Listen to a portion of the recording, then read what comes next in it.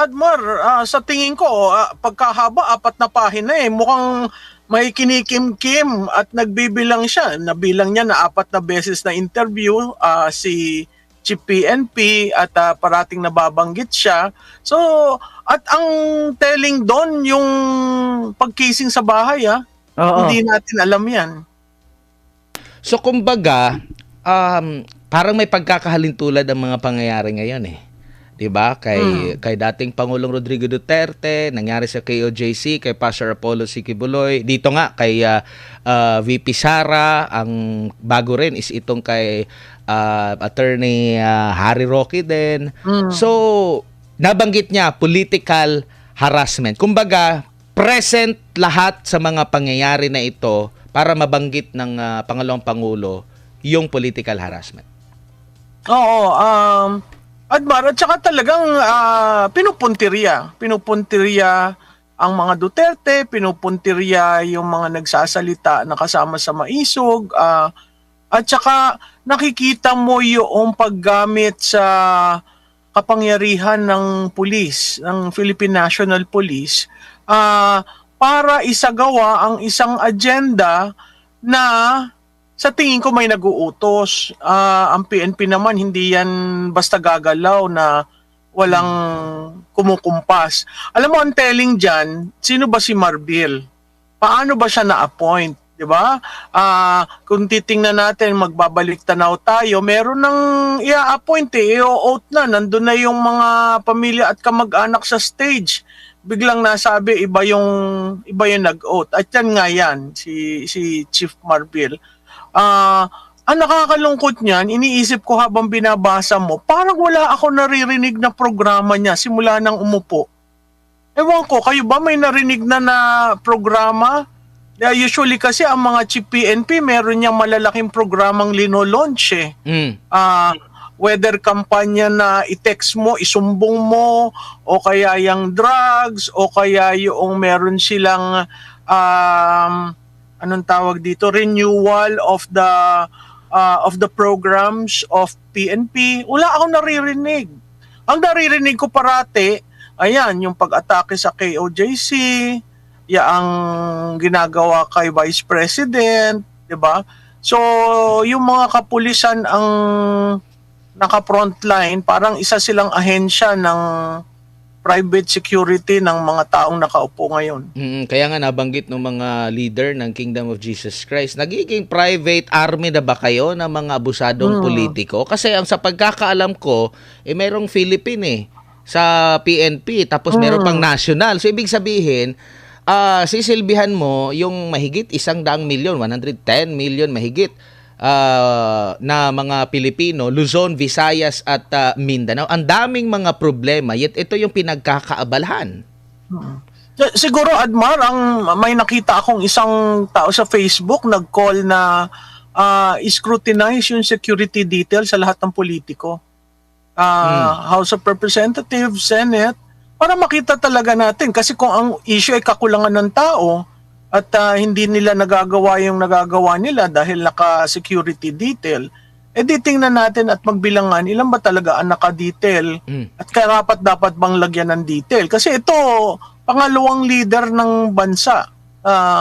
Hindi naman sa tinitingnan natin yung kulay ng politika, ang tingnan natin yung pwesto at yung institusyon.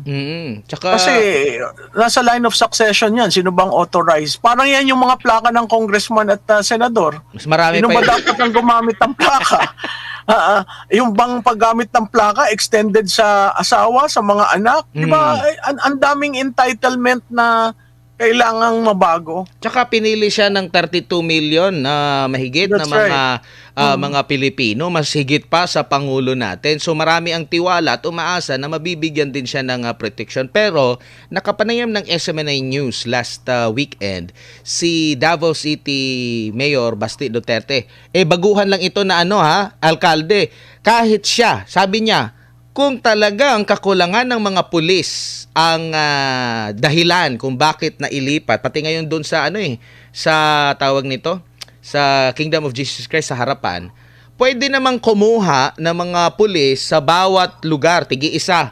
Makakalikom ka ng marami na mga pulis para i-deploy mo sa isang area. Ang pinagtataka, maliban doon sa nabanggit ni VP Sara na galing sa Mindanao, inilipat lahat dito sa Metro Manila. Ang nabanggit niya doon naman sa Davao Region, mula sa Region 12, isang lugar lamang, tapos dineploy doon sa area na yun na considered as tahimik sa mahabang panahon.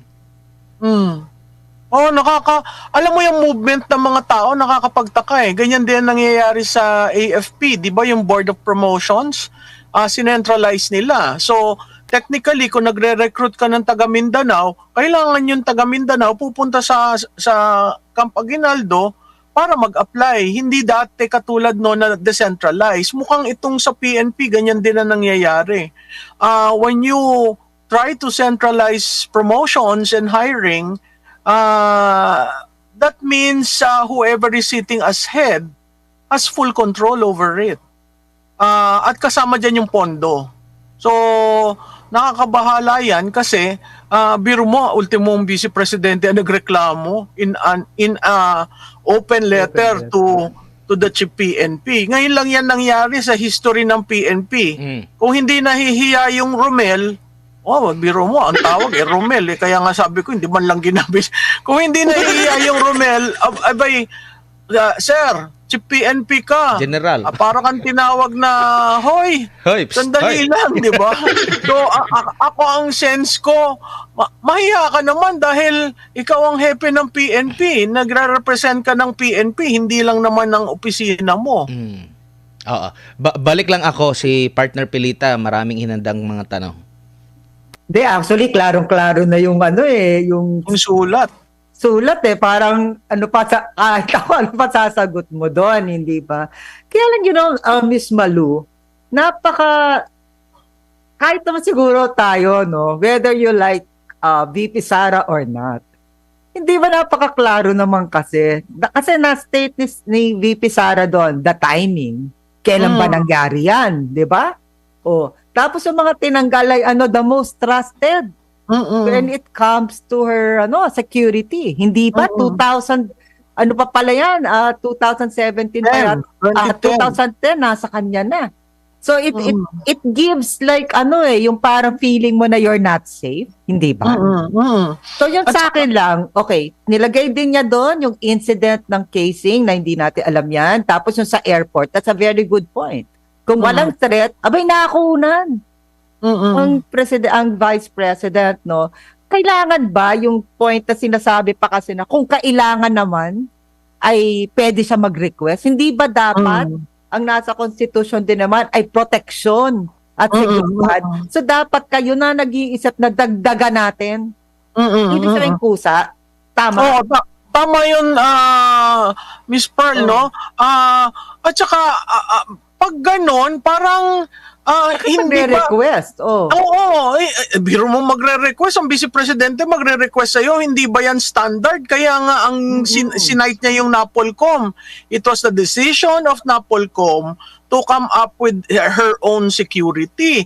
At hindi lang yun para sa kanya, para sa succeeding vice presidents. Para nga naman yung safety nila is of an important thing for them.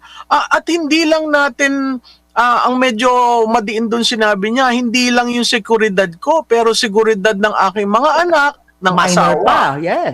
Minor, 'di ba? Ang daming violation yung ginawa doon sa airport. Matagal namin pinag-uusapan yan ni Admar kasi ang sinasabi ko doon, kung ang kumuha ay yung isang taga-media, allowed ka ng all access hanggang sa bridge. Yung bridge ay yung papunta na sa ang information pa, Ma'am Malu, isang media, broadcast media ang nag-utos, hindi alam ng media affairs.